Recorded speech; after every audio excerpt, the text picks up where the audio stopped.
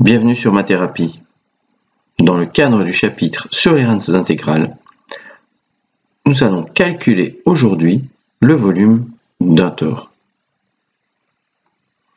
Un tore est un solide de révolution engendré par la rotation d'un cercle autour d'un axe représenté en rouge sur la figure.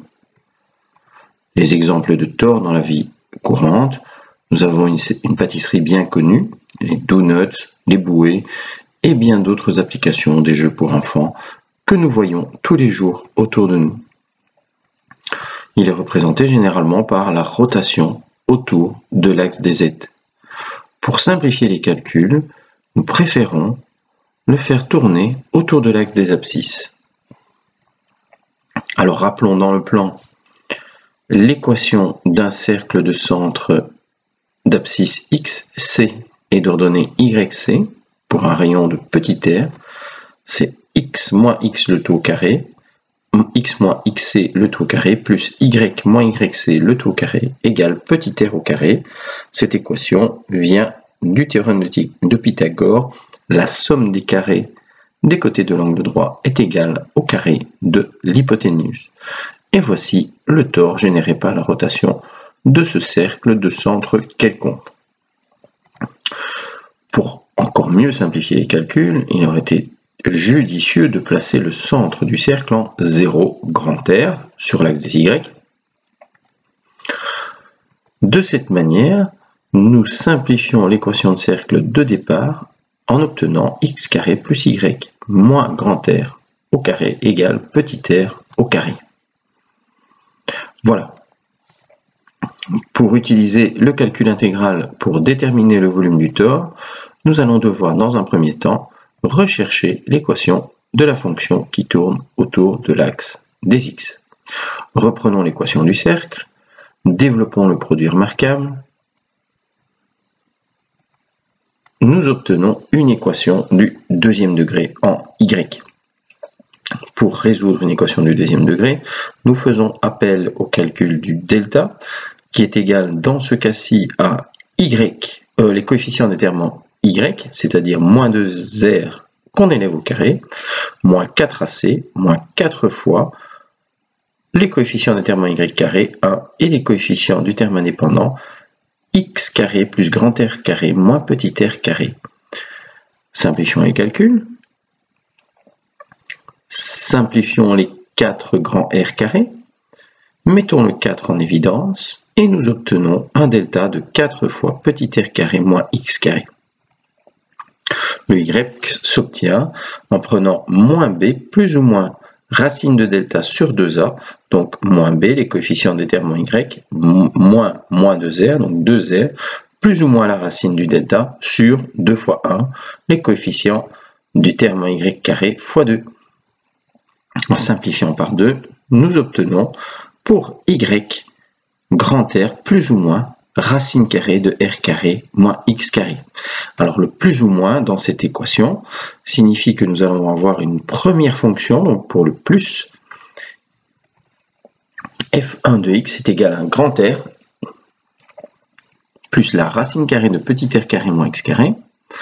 Ça correspond aux demi-cercles supérieurs, celles qui ont des ordonnées strictement plus grandes que R, f1 de x, et f2 de x correspond donc aux demi-cercles inférieurs, celles qui ont des ordonnées strictement inférieures à grand R. Dans le cas où x est égal à petit r, on obtient f1 de x égale f2 de x est égal à grand R. Alors, nous prenons la fonction qui correspond au demi-cercle supérieur, f1 de x, et nous allons la faire tourner autour de l'axe des x pour générer un volume V1 qui n'est pas celui du tore, il est beaucoup plus grand. Il faudra donc ensuite retirer un volume V2 qui correspond à la partie inférieure. Alors les bornes d'intégration, on va aller de moins R à R. Et donc, je vous rappelle en calcul intégral, pour un volume de révolution, c'est l'intégrale de pi f de x au carré de dx. Donc, dans ce cas-ci, si on utilise la symétrie, on peut également intégrer de 0 à r en multipliant par 2. On obtient donc comme calcul 2π fois l'intégrale entre 0 et r de f1 de x au carré dx. Alors, même chose pour V2. Il va donc falloir en rouge retirer l'excédent pour calculer le volume du tore.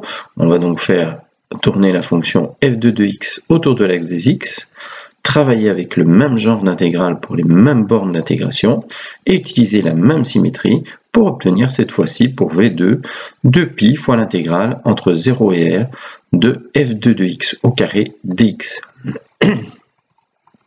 Donc le volume du tore recherché correspond au volume V1 moins le volume V2. On reprend les deux fonctions. Nous allons maintenant remplacer f1 de x et f2 de x par leur expression analytique, comme ceci. Alors je me retrouve avec une différence de carré. Je pourrais utiliser un produit remarquable, a carré moins b carré, a moins b fois a plus b, ou développer les produits remarquables séparés, c'est un peu au choix. Donc ici, j'ai développé les produits remarquables. Alors on se rend compte que nous avons des grands R carrés et des petits R carrés moins X carré au carré qui vont pouvoir se simplifier dans le calcul. Il ne me restera donc que l'intégrale de 4 fois grand R fois la racine de R carré moins X carré dx entre 0 et r, le tout multiplié par 2π. 4 fois grand R étant une constante, nous pouvons le mettre en évidence. Nous retrouvons tout simplement une petite intégrale entre 0 et petit r de racine de petit r carré moins x carré dx avec en évidence 8π fois grand R. Alors pour calculer cette intégrale, eh bien on va utiliser la méthode de changement de variable. Si je pose r fois sinus t, j'aurais pu faire la même chose avec cosinus t, est égal à x, alors en dérivant, r cos t dt est égal à dx. Je vais calculer les nouvelles bornes d'intégration. Alors, on calculait les bornes de 0 à petit r pour les valeurs de x. Donc quand x est égal à 0, ça implique que le sinus de t est égal à 0. Ça veut donc dire que t est égal à 0. Quand x est égal à petit r, alors ça veut dire que r sinus de t est égal à petit r, ça veut donc dire que sinus de t est égal à 1, donc t est égal à pi demi. L'intégrale devient donc, j'ai toujours ma constante, 8π grand R, l'intégrale de 0 à pi demi, racine de r carré moins r carré sin carré de t, petit r fois cos de t dt. Alors en plaçant le r carré en évidence dans l'intégrale, je vais me retrouver avec 1 moins sinus carré de t. Le 1 moins sinus carré de t, je vais pouvoir le regrouper et le transformer en cosinus carré de t.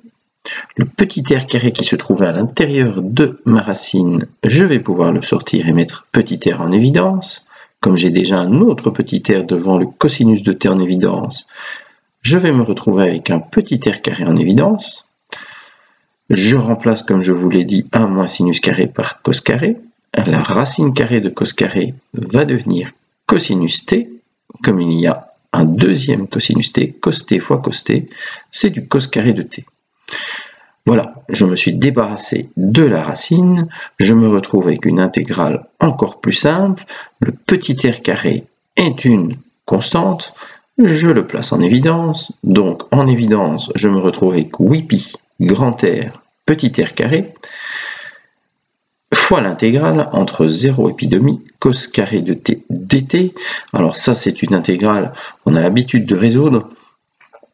Alors on peut la faire par partie, c'est pas très intéressant. On peut utiliser une formule, la formule de Carnot, qui nous permet de remplacer le cosinus carré de t par cos de t plus 1 demi. Je vais donc pouvoir mettre en évidence le 1 demi. Je vais me retrouver avec l'intégrale d'une somme.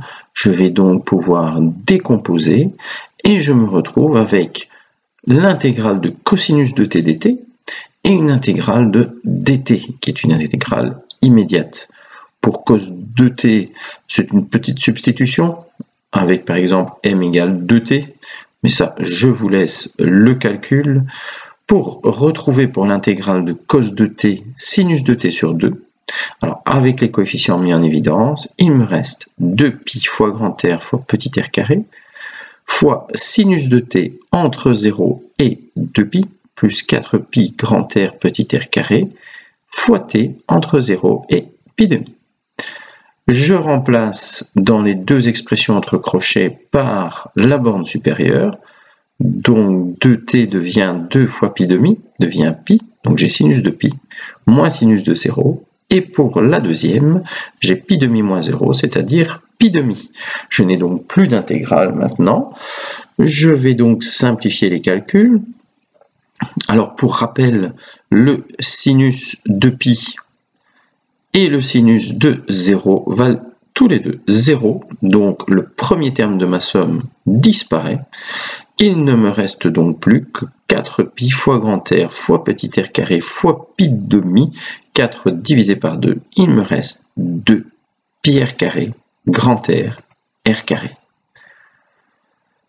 Voilà, nous en arrivons au terme de cette vidéo. Nous avons enfin trouvé la formule qui nous donne le volume d'un tore. Deux centres, donc c'est le cercle qui tourne autour de l'axe des x. Son centre c'est 0 grand R et son rayon c'est petit r. Et le volume du tore c'est 2 pi r carré fois grand R fois petit r carré.